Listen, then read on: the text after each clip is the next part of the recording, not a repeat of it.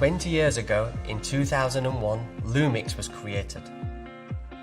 And in our short history, we have boldly developed technology that was the first of its kind. Since then, we have released many innovative Lumix products, leading the industry in mirrorless cameras since 2008, bringing us to today. My name is Barney Sykes from Panasonic UK. I'm really excited to be here today to confirm Panasonic's commitment to the Lumix Micro Four Thirds system by announcing that we will be expanding our lineup of the LUMIX GH series mirrorless cameras. In a short period of time, our GH cameras have revolutionized the world of filmmaking with interchangeable lens cameras, and we cannot wait to show you what we have been working on. This year we will introduce not one but two brand new GH cameras to the market. Please allow me to introduce the Panasonic LUMIX GH5 Mark II. The new GH5 Mark II camera has been developed to meet the rapidly increasing demand for live video distribution, with built-in industry-leading wireless live streaming capability and high video performance. In addition to the GH5 Mark II, later this year we will introduce the highly anticipated flagship Panasonic LUMIX GH6 camera, which will continue to set the industry's benchmark for video performance in interchangeable lens cameras. The Panasonic LUMIX GH5 Mark II will enable a new generation of creators to join the LUMIX GH series revolution. Our original GH5 was launched in 2017 and today remains a very advanced and capable mirrorless camera for filmmakers. The new GH5 Mark II will further enhance this video performance with easy-to-use wireless live streaming functionality that can be accessed via the LUMIX Sync app. The GH5 Mark II camera also benefits from a whole host of further improvements, specifically designed with the filmmaker in mind. The GH5 Mark II will offer uncropped Cinema 4K and 4K video in 10-bit 60p and 50p frame rates. In addition, HDMI output and simultaneous internal recording will be possible. Panasonic Vlog-L will come pre-installed on the GH5 Mark II, and we will also include our popular Cine-like D2 and Cine-like V2 recording styles. 4:3 anamorphic mode is included too, enabling filmmakers to express their creative individuality. In the anamorphic mode, we will include 10-bit 6K 30p, 25p and 24p, as well as a wide range of 4K anamorphic options, including 4K 60p and 50p. We are pleased to continue to offer our industry-leading image stabilization on the GH5 Mark II with 6.5 stop 5-axis dual IS. Panasonic LUMIX already leads the market by offering a range of mirrorless cameras which feature truly unlimited recording time for video, and we're delighted to let you know that the GH5 Mark II will also feature this benefit, giving professionals the utmost confidence and reliability when shooting in the field. The GH5 Mark II will also feature our recognised splash, dust and freeze resistant weather sealing for further assurance. Panasonic is really proud to offer cameras with such high reliability that can be trusted by professional creatives. During the development of the GH5 Mark II, we have worked closely with 3 talented filmmakers from the USA, Matthew Sutherland, Emily SKYE and GRIFFIN HAMMOND. Now let's hear their first impressions. Hi, I'm GRIFFIN HAMMOND. I'm a documentary filmmaker, and I had the opportunity to shoot a short film about 2 Chicago painters with the new LUMIX GH5 Mark II. The camera performed wonderfully. I tried to shoot lots of color and texture, and it looked great. I loved the in-body image stabilization, the long battery life, and the small form factor.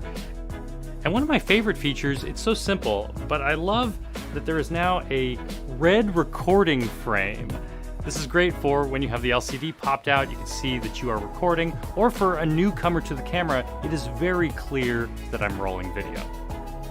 And I love that Vlog is now pre-installed on this camera. And as someone who shoots a lot of 4K 60, This camera could shoot 10-bit color internal, which is really nice. What up, filmmakers? Emily Skye here. I go by She Wolf Films on all my social media platforms, and I had the privilege to be able to test out the GH5 Mark II by LUMIX Panasonic. I use this camera for is more cinematic things, more adventures. So I paired it with the Atlas Orion Anamorphics, and I shot a mountain biking adventure, which was super cool. There was a lot of dust, a lot of wind, but this camera really withstood all of that. So I can honestly say this camera, just the dynamic range is amplified. Everything is wonderful. I'm a huge fan of this product, and I think you all will too. Hi, I'm Matthew Sutherland from Tiva Cinematics and Matrimony Films, and I'm a Panasonic LUMIX ambassador. I just finished making a cinematic film with a brand new GH5 Mark II.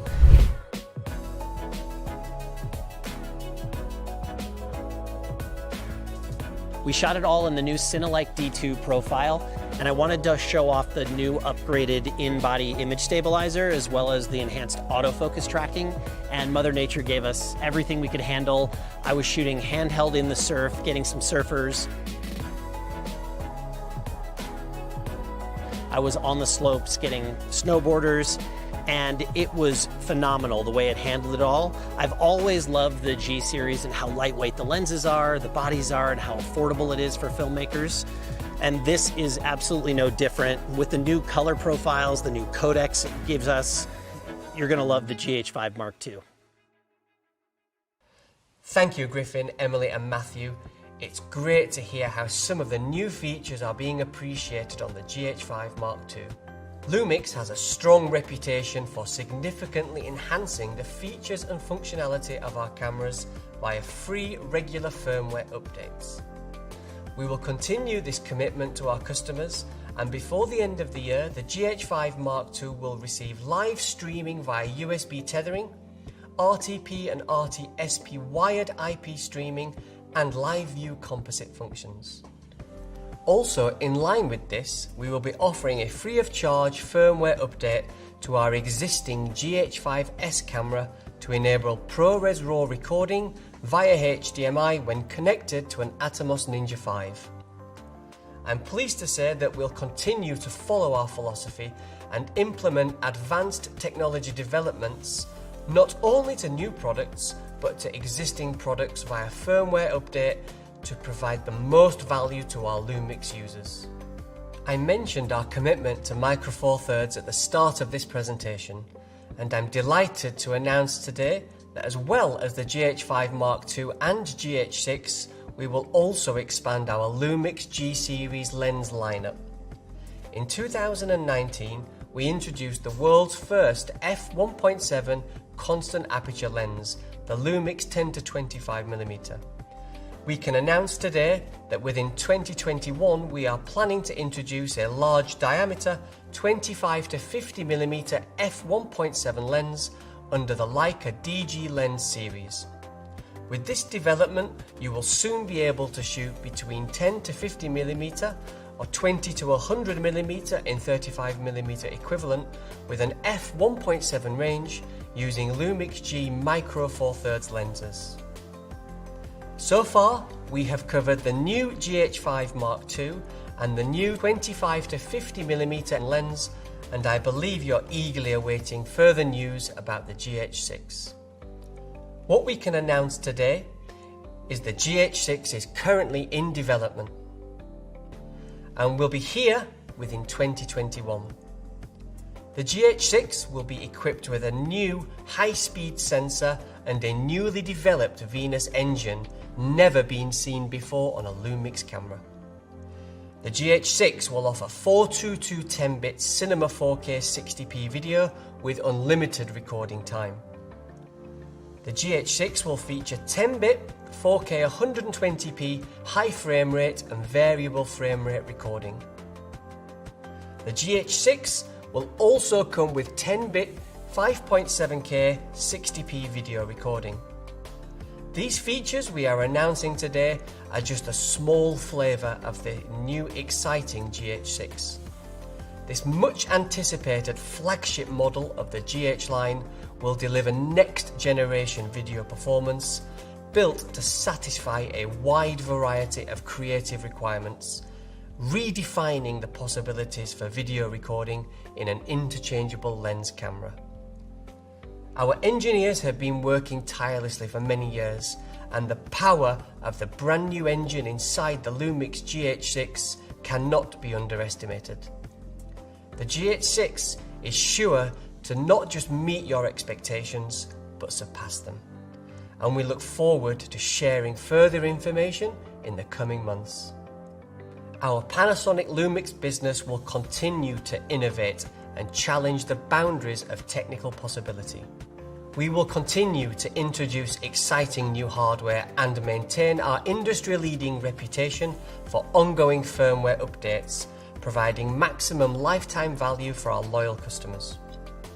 Our Panasonic LUMIX business is committed in our contribution to society, and we will support creative industries by continuously strengthening all areas of the LUMIX business.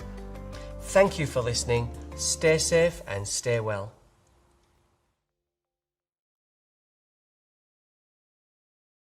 Panasonic.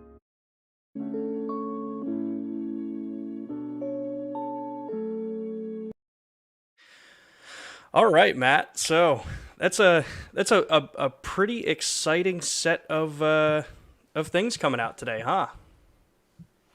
Yeah, I would say so. I hope some folks were surprised by what we're doing with the new lens. I hope they're satisfied with what we've announced thus far with the GH6. And frankly, you and I have been playing around with the GH5 Mark II now for several weeks. So we've got quite a bit of experience with the GH5 Mark II. Yeah, just a little bit. So I see we have a packed house here today. For anybody that's new, this is an extension of obviously what we do on our weekly streams over here on the LUMIX USA channel for LUMIX Live. And this part right now that we're going to be kind of feeling out here, seeing what questions everyone has in the audience is what we do on a weekly basis over here. So if you want to see more of stuff like this, feel free to give us a subscribe, drop over, come chat with us each week. We know that all of you have tons of questions, and we can answer some questions. Obviously, regarding the GH6, it's just a development announcement and the specs that were released with this. So fortunately, we can't give you a ton more there, but if you have questions, tag at LUMIX Cameras in the chat because it is going by like crazy. And I want to make sure that we can at least get to some of these for the next couple of minutes and address what you got. But in the meantime, Go ahead, Matt. I was just going to say, this is not going to be funny anymore, but the chat's going by like the Bitcoin price. So it's kind of just flying and flying and flying. So sorry, I had to get that out there. So go on. So yeah, as we were saying, tag at LUMIX Cameras if you guys have a question you want me to be able to see it, so I can see it on this side and Matt and I can address it. In the meantime, so there was a whole lot that was just announced, and I think there's some nuances with what's coming on the GH5 Mark II, which, full transparency for everybody, we will be doing this Thursday our normal LUMIX Live on this channel on Thursday. We'll link to it after this video.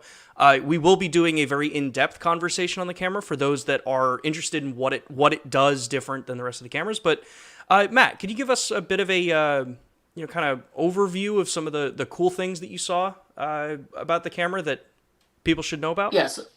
Why don't we go in reverse? Okay. And kind of start backwards from what Barney discussed, which, by the way, I just want to make sure that I say this publicly. I thought Barney did a very good job on this presentation. I thought he was clear, succinct. It was easy to understand.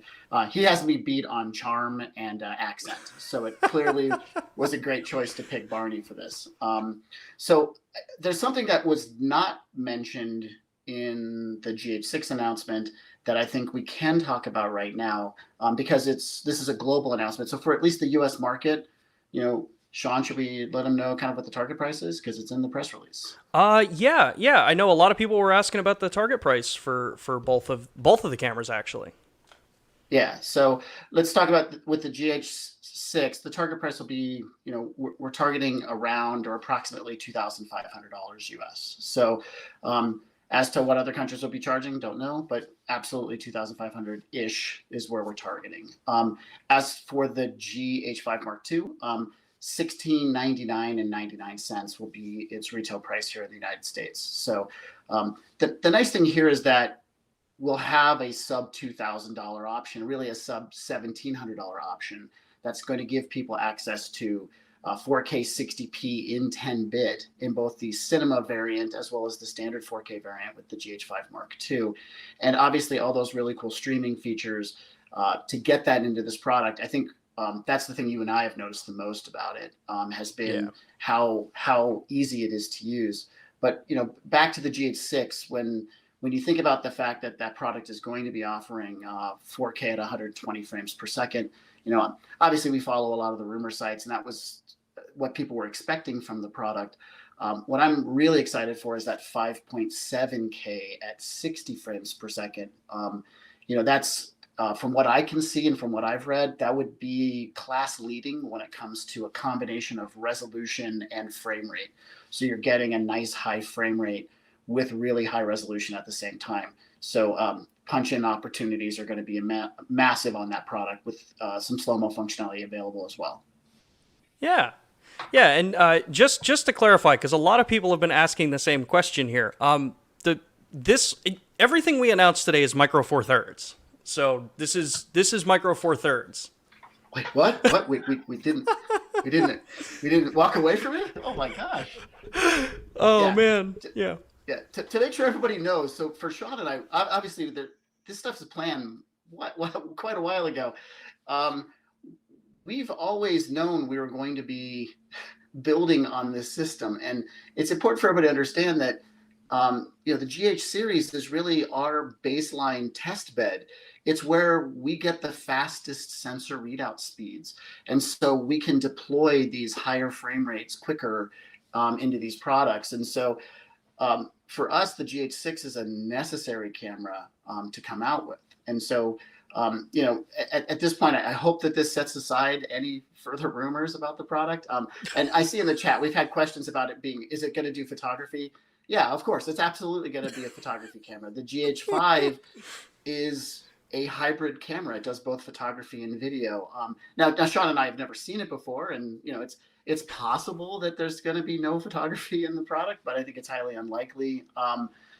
People are asking about the autofocus on it, and yeah, I promise it will autofocus. I can guarantee that it'll have some autofocus, but you know, Sean and I just don't know what the autofocus is going to be. You know, there's a lot of secrets still being kept with the product, but at least now people understand we're going to have one by the end of 2021. So you'll get this product this year. It's going to have a new sensor and a completely new engine, which is awesome. So we're going to be seeing image quality improvements all the way around, and I think that's what's most exciting about it.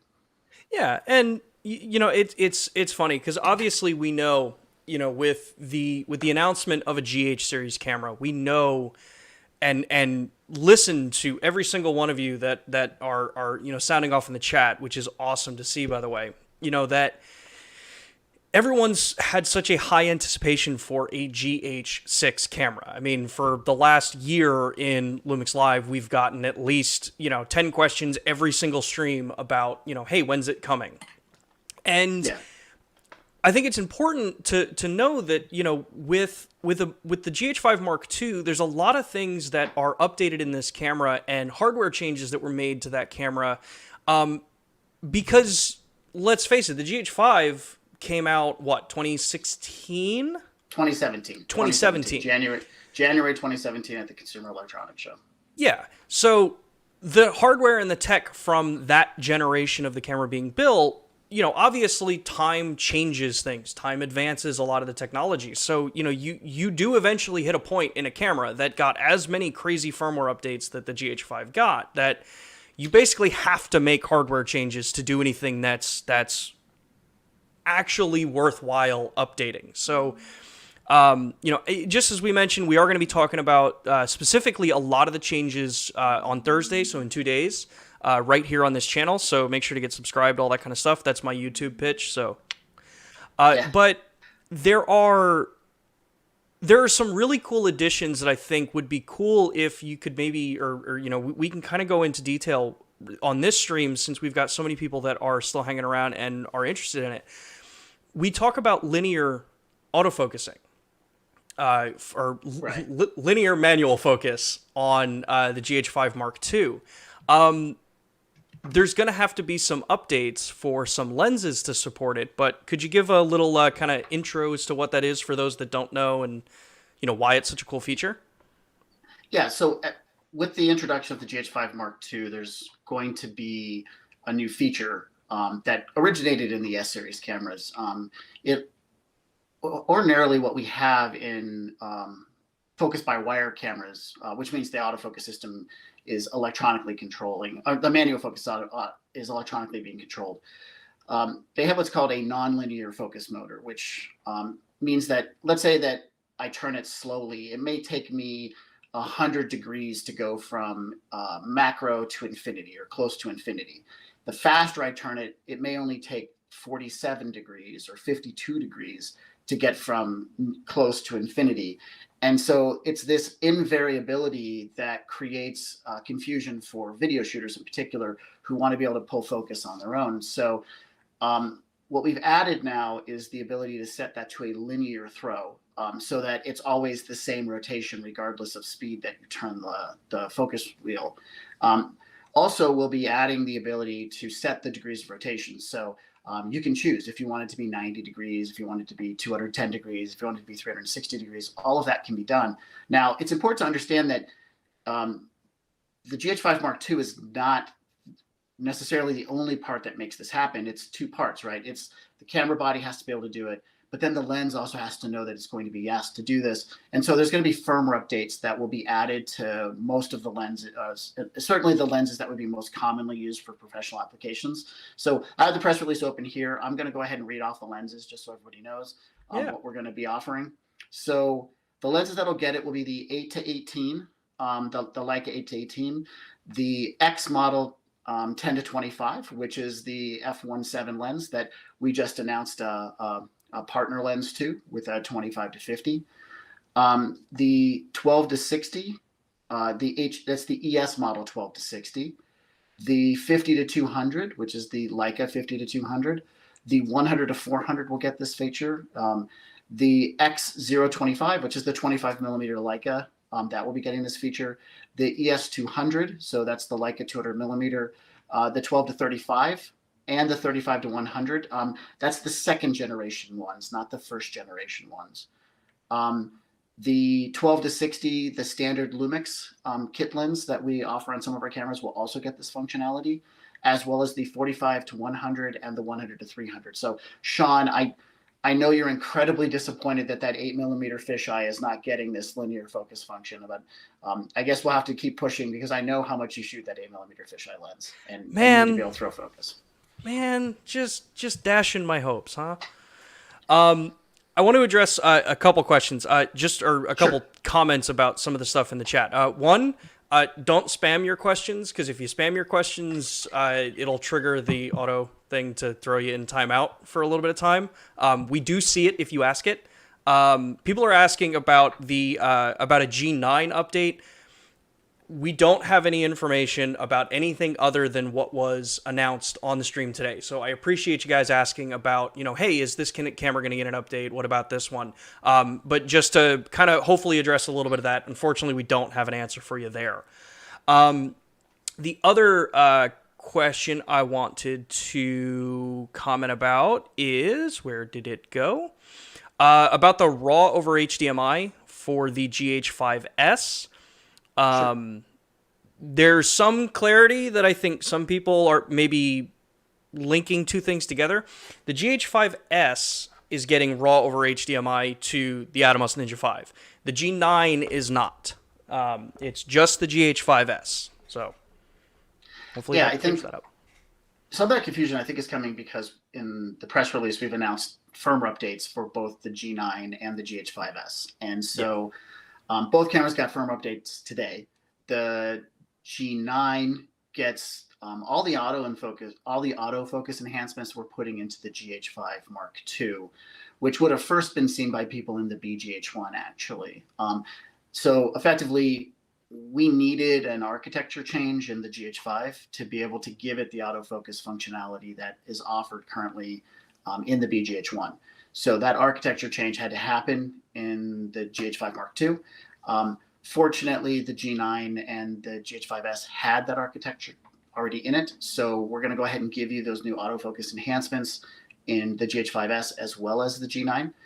They'll get the frame markers for like social media framing or cinematic framing, like a 239 framing option if you want that. The ability to do vertical or horizontal embedding of the data. So if you're filming vertically, it'll automatically embed that, or you can turn that off if you'd like. So those things are being added to both the G9 and GH5S. The GH5S will be getting RAW over HDMI, and that just makes sense with the BGH1 having a similar sensor to what's in the to what's in the GH5S.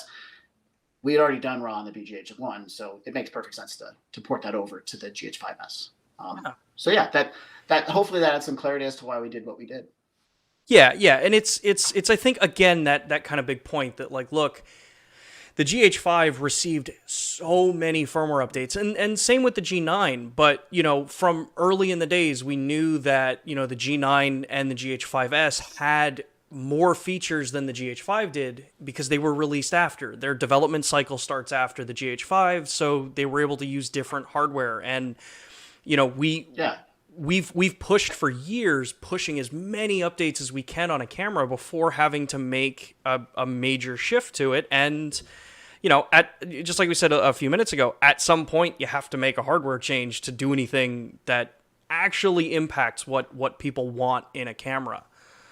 I think we had effectively reached sort of the development limit of meaningful firmware updates in the GH5. And so now with this new architecture, we can keep it fresh with the G9 and GH5S. I also think it's exciting because we've done some other updates to the camera. We've added a higher resolution LCD screen. Not that the resolution's that much bigger, but what's really cool is it's so much brighter. You and I have both shot the camera outdoors, and we can absolutely appreciate that much brighter LCD screen that's on the back of the camera. Some things that are probably not as easy to recognize from the press release. The USB port is now powered.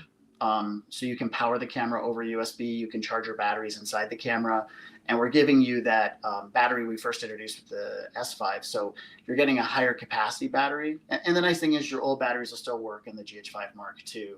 And the charger that comes to GH5 Mark II will charge both batteries, whether they're the older GH5 batteries or the newer GH5 Mark II batteries.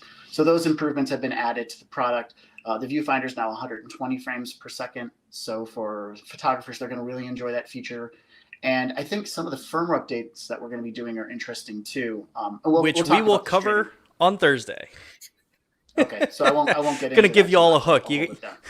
For in-depth details and stuff like that, we're going to talk about that on Thursday. But we're getting a couple of people asking if we can show the camera, which I can do that here. So let me just jump to my main camera here. So there's the GH5 Mark II. My version is not a completely finished version, so there's some just grip material difference here. But you guys can see it is pretty much, for all intent and purposes, it is a GH5 chassis, just with a little Mark II there. A couple changes up here. You've got a different red record button up top, and you have a new button up here, which we can probably talk about today and kind of explain that instead of making people wait, because this is a group that's actually really gonna probably be very interested in that particular feature. So. Do you want to give a rundown of what that button does while I pull up some more questions? Yeah. So that was an old function. That was the function button on the GH5. And they've developed an option now where it becomes a color profile button, which, initially I think you and I looked at it and we were like, well, what's the benefit here? And then the first time you push it, you realize it immediately takes you multiple pages into the menu and get you the full access to whatever picture profile you want and all of the control adjustments for your hue and saturation and sharpness. So it's a very fast way for you to change color profiles. And I find myself using it quite often, actually. So I think it was a really good decision. And don't worry, if you don't want to use it for that, it's still a function key. So you can just long press it and you can change it to whatever you'd like. But I'm a big fan of that button and that change that they've added to it. Yeah. Commenting, a couple people are Someone commented here, red button, what exactly, what everyone wanted. Hey, minor little things. But some people were asking here, when is the GH5 Mark II going on sale? I know that it's going to depend on the region that you're in as to when it actually starts shipping. I can't remember. Do we have the date on that for the US at least, Matt? I would say that, the goal would be that the product should be in people's homes sometime in July. I think that's the safest answer to be able to give. And as Sean has mentioned, there's going to be some variance depending on the region that you're in. Yeah. What's the other one here? Can you comment on LCD screens as to whether the number of dots refers to actual pixel or subpixel? Wait, no. I'm sorry. Wait on that. Peter Paul Chato, your background is not pulsing. You're clearly using autofocus. What camera are you using? And then he threw a name out there. That's in the chat right now. Sean, what camera are you using right now for your autofocus, since it worked so well on your GH5 demo, or your GH5 Mark II showing? That's the BGH1. Okay, I've been using it for a year. Yeah. Yeah, that's the autofocus that will be in the GH5 Mark II and the GH5S and the G9. Yeah. So yeah, I've been using the BGH1 box camera for this stuff with the 12mm Summilux. So there you go.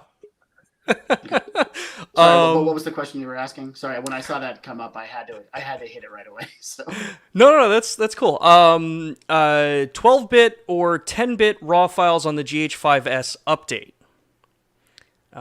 So that is for this camera, GH5S. The RAW over HDMI is going to be to an Atomos Ninja 5, and that is 12-bit RAW to that's correct. The Ninja 5. So hopefully that answers that question. And then no updates to the internal 10-bit. Correct. So, and then someone asked what camera I'm using. I'm on a BGH1 as well. Yeah. So Sean and I we're addicted to BGH1s. We absolutely love using them for this stuff. So it truthfully makes a lot of this stuff so much easier, just because I got all the control on the computer to be able to switch angles and not have to switch it in here, because we use OBS for this stuff. So let's see. Ton of questions about things like autofocus and stuff like that in reference to a GH6. Unfortunately, we don't have any additional answers to give you guys on GH6 outside of what was specifically given. Which of our cameras would you say have the best dynamic range? Well, that's gonna be the S series, whether it's the S1H or the S1 or S5. Second place, the S1R would probably be right in there with the S1 and S1H, and then it would be the box camera, clearly. Yeah, at least a full stop more than what we have on the GH5S right now. Yeah. Let's see here. What are the questions we got here? Sorry, there's a lot of duplicate questions, everybody, so I'm just trying to make sure that I'm not duplicating answers over and over and over and over again. Can you comment on IBIS? I assume that you're talking about the GH5 Mark II, because we did not comment anything on a GH6. The GH5 Mark II is an updated in-body stabilization system with the dual IS system that we have. So it's a big bump up over what you're seeing in a GH5, which was already phenomenal to begin with. You're much closer in line with a G9. Yeah, I would say you're very close to a G9. That's one of the benefits of going to the new architecture of the GH5 Mark II, is we can kind of pick the best of the solutions for the other cameras and put it in there. As much as you and I love the S1H and its stabilization system, I think you and I would both agree the G9 is better than the S1H, especially for video stabilization.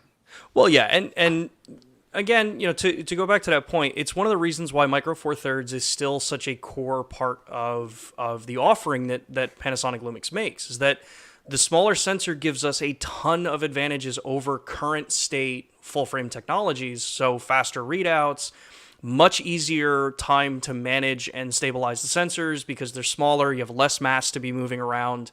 And the kits can generally be smaller. Obviously, when you look at the vast majority of lenses that are on the market, there's such a wide shift these days in what you can get.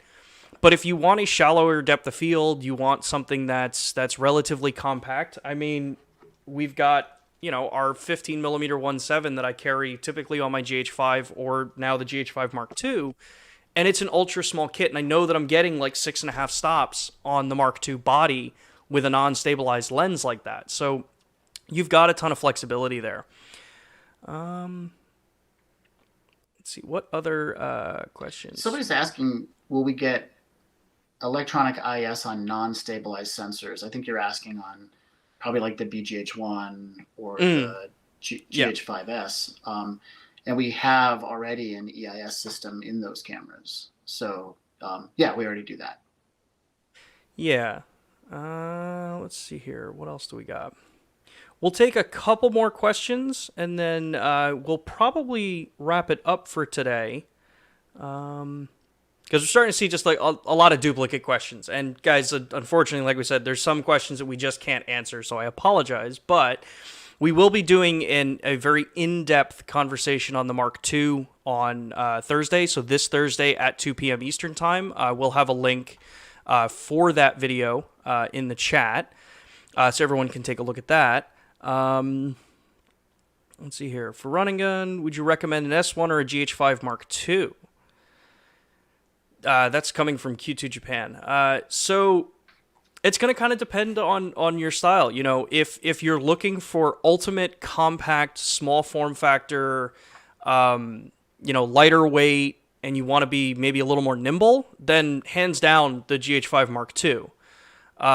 If you're not so worried about size and weight, or just kind of visibility of you with a camera, then the S1's a solid option, especially after the firmware update that came with the SFU2. So it kind of really just goes to which one you're kind of looking at as an overall system. I think both of them are going to be amazing for you.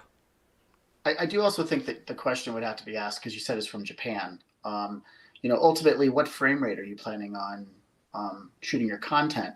I think, Sean and I are Americans. I don't know if you could tell. But the fact is that in the U.S. and in a lot of European countries, it's very common for people to want to shoot at a 24 frame because our brains have been taught that looks more professional. But in your country, in Japan, a lot of times they want to shoot at higher frame rates. And so if I needed a higher frame rate, like a 50p or 60p, I may actually choose the GH5 Mark II over the S1 because it's going to give me the full sensor width for 60 frame content. So you just have to look at what your needs are and what your frame rate is that you're going to broadcast at. Yeah, exactly. So there's so much more that goes into getting yourself, what camera fits perfect for your outlet. For a lot of people, a full frame sensor's not worth the hassle, the weight, the size for their particular style of work. Like for these kinds of events, live streams like this, we started this whole Lumix Live thing using the full frame cameras. We used an S1H for it, and it was cool. We got to throw in with the whole, completely obliterate the background and it's cool. But after a while, it starts to just kind of look meh. In my opinion. So jumping back to the Micro Four Thirds, I mean, we started with a GH5 when we first moved back to using the Micro Four Thirds system, and it has just been solid. And then advancing in with the BGH1, which is still going to stay as my live stream camera because the control, the PoE, the Ethernet, all that kind of stuff just makes it a heck of a lot easier. So I really like it. So there was a question that popped up which asked about what's going to be better in low light, the GH5 Mark II or the GH5S. And the GH5S is still going to be a better low light camera than the GH5 Mark II. So I just want to make sure we got that answered because you had asked about it. Not you, Sean, but somebody in the comments had asked. Yeah, so what I want to pull here, let me get this link here. So for everybody, we will be doing, let me see here, I just saw a question come by. Okay. Well, in the chat, I just dropped the YouTube link. This is the link that we're going to be using for Thursday. So this Thursday at 2 p.m. Eastern time to actually go into in-depth about the GH5 Mark II, so you guys can ask. We can actually spend a lot of time talking about the streaming feature, the major differences. But the question that came across, Matt, is we shifted obviously some of the color profiles on the Mark II. We're using Cinelike D2 and Cinelike V2, as well as it has Vlog L. Could you go a little bit of detail into what Cinelike D2 is and why it's kind of a really cool addition to this camera? Yeah, so we introduced those picture profiles with the S1H, and it was when we got in closer contact with the development team for the VariCam. The goal was to try to make picture profiles that could directly match profiles that were in the VariCam. And so that Cinelike D and Cinelike V version 2 are much closer approximations to what you get in a VariCam. And it really ushered in a new era of color science for Panasonic. So you're getting that color science improvement in both Vlog, as well as the benefits that you would get in Cinelike V and Cinelike D2. And you'll notice color profile improvements across the board in the camera. Yeah. Let's see here. One other question. How do I keep the room so tidy? My wife would kill me if I did not keep it clean. So there was a question, will we accept Dogecoin for the GH6? And Andrew, if you're going to give me the Charlie bit my finger meme, absolutely, I'll accept Dogecoin for a GH6. I'm very disappointed I can't watch that video anymore on YouTube. That was like my daily affirmation. It'll show up eventually. Come on. Let's see. Any release date for the GH5S firmware update for RAW? We don't have the updates, the dates yet. Obviously, we will let everyone know as soon as possible. But yeah, it'll be soon. Other people just confirming. So there's a question about Vlog. Sorry, yeah, go ahead. In terms of color space, and this thing's going by fast, so I got to kind of roll it back here. Yeah. In terms of color spaces, as is the Vlog cover for the most used color spaces, 709 DSAG P3 Rec 2020. Does Vlog cover all spaces? If not, what is the coverage percentage for each space mentioned? Okay, so there's like a general question here, so let's kind of address it. Yeah. So Vlog is beyond Rec 2020 because of the gamut. Now, not every one of the cameras will cover that. Obviously, S1H does, the BGH1 does, because it has to in order to be able to work within post workflows. Sean and I have not tested the GH5 Mark II to find out what its coverage is, but we would expect it to be right at where we're at for Rec 2020. It should be very close to that. It's possible that it is actually covering out to the full V gamut, but we just don't know yet until Sean and I get a chance to test it. But in general terms, once you have that Rec 2020 color space, you can also use something called an IDT, because if we're covering V gamut, we can use an IDT, which will then expand the color primaries to the ACES color space, which is even bigger than Rec 2020. So some of our cameras can do this, some of them can't. It just depends on the model. I can confirm BGH1 and S1H. And obviously any of the S series, because they're all on the same V gamut color profile. Yeah, exactly. For a couple of people asking, the GH5 Mark II is using dual SD cards, UHS-2 spec, so V90 cards. Not much has changed on that side on this camera. As far as the GH6 goes, we have no answer or no update on what cards are in that. It's just not part of the information that we released to everybody. Other question, will GH5 batteries work in the GH5 Mark II? Yes, in the Mark II, the GH5 batteries will work in the GH5 Mark II. The battery well is designed to accommodate both. Your charger, as Matt pointed out before, the original charger for the BLF19, which is the original GH5 battery, will not work with the new batteries because it doesn't have the second set of sled points. So the key is that you'll use your GH5 Mark II charger to charge all your older GH5 batteries and the new GH5 Mark II battery. Yeah. Let's see here. Ben's asking, does the BGH1 have dual ISO? Yes, it does. And often I'm shooting at the higher ISO range, so I don't have to blind myself with these two Elgato key lights. They're on like 5% right now.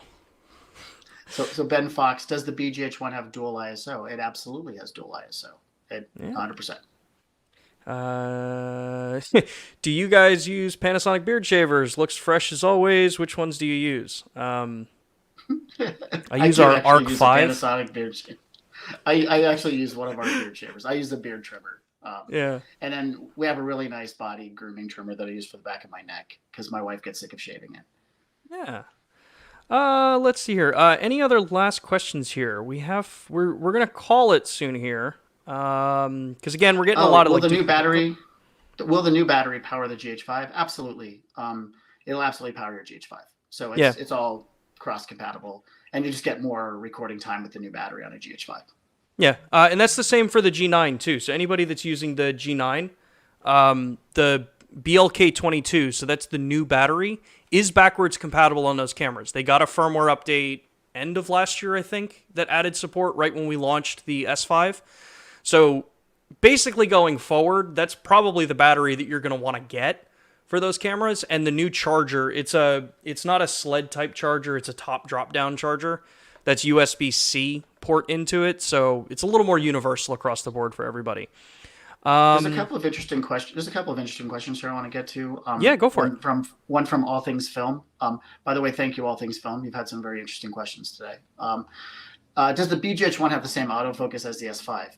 Kind of. So there's a lot of the same enhancements that the S5 got, but the BGH1 has the added benefit that its sensor can do 60p readout speeds all the time, not just in a cropped region. So it actually does better for autofocus, more consistently does a better job with autofocus than the S5. At least that's my experience with it. I don't know, Sean, what your thoughts are. And this is for video. For photography, they all work really well for photography. But on the video side, the benefits would lean towards the BGH1. And then somebody else has asked about RAW. They had a RAW question that I wanted to briefly cover. And everything just kind of moving faster in the chat than I'm used to. I'm slow. Yeah. I'm old, guys. This is from John Aldred. I have a question. Will RAW over HDMI support the Blackmagic Video Assist 12G some point for B-RAW recordings, or are we stuck with ProRes RAW on the Atomos Ninja 5? So obviously we don't know for sure which cameras are going to be able to do B-RAW in the future for us, or if we'll add it. It is important to note that the S1H did get an update that added the ability to record with the Blackmagic 12G Assist recorders. So that camera can absolutely do Blackmagic RAW or ProRes RAW for Atomos recorders. Yeah. Let's see here. I'm looking to see if we got any really good questions that I missed. We've had a lot of really good questions so far. But I also have to figure the questions that we actually can answer, because I don't want to be, go ahead. What's your go-to lens for production Lumix cameras? I think Sean's on an 8-18 right now. No, it's the 12mm Summilux. Okay, so on the 12. I'm on the 40. I'm on the 42.5. Actually, the f1.7 42.5. If you're asking kind of what I use generally, it used to be the 12 to 35 and 35 to 100. I've switched now to the 12 to 60 and the 50 to 200. I use those an awful lot. And then for shots like this, I always use a prime lens, something I can shallow the depth of field because I've got a real boring backdrop. So I want to shallow it out. One of the other questions here is, can you tell us about the live streaming function of the GH5 Mark II that you can add overlays onto it? I can tell you right now that you can't add overlays onto it the way it works, but come back on Thursday at 2 p.m. Eastern time and we're going to actually go through in depth on that particular feature. Link was in the chat. Yeah. Definitely worth tuning into. It's going to be very cool. Yeah, you actually have to see it to see how easy it is to use. Yeah, definitely. Do you plan to add USB-C RAW recording on the new GH series? Don't know. Don't have any insight as to whether or not that is something that's coming, being planned, or whatever. But that's kind of the nice advantage of all the comments that y'all are putting in here. we get some pretty good feedback from everybody that our team in Japan sees, to kind of help guide what should be put into the cameras and what can be put into the cameras over time. So, Sean, there was an interesting question from, I think it's Roru Hui. I know I butchered your name and I apologize. But you're asking about, can we add the live streaming functions to the GH5 so we can do some live streaming from that product? Obviously Sean and I are not engineers designing the product, but we had to do an architecture change in the GH5 Mark II. I'm going to assume that architecture change helped us to be able to accomplish the live streaming functions that it has. So I'm never going to say never to something like that in a GH5, but I think it's highly unlikely. Yeah. Let's hear. When can we expect the next set of details, specs on the GH6? Your guess is best as mine at this point right now. We obviously have what we are allowed to talk about and what was released. So yeah, you're just gonna have to make sure you're tuning into all the different social channels, and you'll get updates as to when things come out. So, hey, sports betting's legal in the United States. You guys can go ahead and start a pool and pool your money together. No. Okay. We do not encourage that on this channel. All right. Let's see here. All right. This is a good one. Can you make the Sync app full screen capable? This is coming from Corey. You can. That was actually something that was added in some of the previous updates. It's all going to depend on what OS version you're running on your mobile device. So first step, make sure that your LUMIX Sync app is updated, and you're going to want to do that anyway, because that's going to be one of the things that we're going to talk about on Thursday with the Mark II and the streaming side. You're going to want to make sure that the app is updated and make sure your OS is updated. It adds the ability, so like if I rotate the screen on older models, you would actually tap a button and you could go full screen with it. But it does have full screen. Oh, okay. Wait. What's that? Sorry, go ahead. I was going to say, make a snarky comment. It's not anything go ahead. important. Go ahead. No, I'm good. It's too late. The moment's passed. What are the biggest differences between the GH5S and the GH5 Mark II? Tune in on Thursday at 2 p.m. and I will get you guys all of the answers. Basically, everything everyone's asking in here is also going to help me make sure that I don't just cover the things that I think are important, or that, a couple of us that have been working with the camera think are important. I want to make sure that I get you guys the proper information, so that you have, answers to the questions that you're asking. Let the marketing team know the frequent update using Engage. Otherwise, that's why we do frequent question firmware updates, actually, Alan. Yeah, so the frequent updates that we're doing here, the fact that, that we're doing Lumix live every single week on Thursdays at 2 p.m., we've been doing it for the last year, actually a little over a year at this point. We are constantly in communication with the community. So if you guys join in on those Thursday events, it's a lot. You have all of these opportunities to ask us questions. We have different guests come on, things like that. All right. With that, I'm going to call it today, Matt. We've had a whole bunch of stuff, unless there's a last question you see you want to answer. No, I appreciate everybody attending this. And as Sean mentioned, these happen every Thursday. There's a lot of different topics that Sean covers. He occasionally has me on to break up the monotony, I guess. I have no idea why he has me on at all. But yeah, feel free to come back every Thursday. We run these. We'll have one this Thursday. If you want more in-depth information about the GH5 Mark II, that's the session to check out. Yeah. So with that, everybody, thank you so much for joining us. We're really excited about the future of Micro Four Thirds for Panasonic Lumix. Like we said, this is an amazing time. If you're a Micro Four Thirds user, there's going to be obviously more info comes out over time. So definitely get yourself registered on the different groups for Panasonic, all of our different social channels, to get the most up-to-date information in your region. And with that, look forward to seeing those of you that want to join us on Thursday at 2 p.m. Link was dropped in the chat. Link's already active on the Lumix Cameras channel, and we'll see you then. Take care, everybody. Thanks, everybody.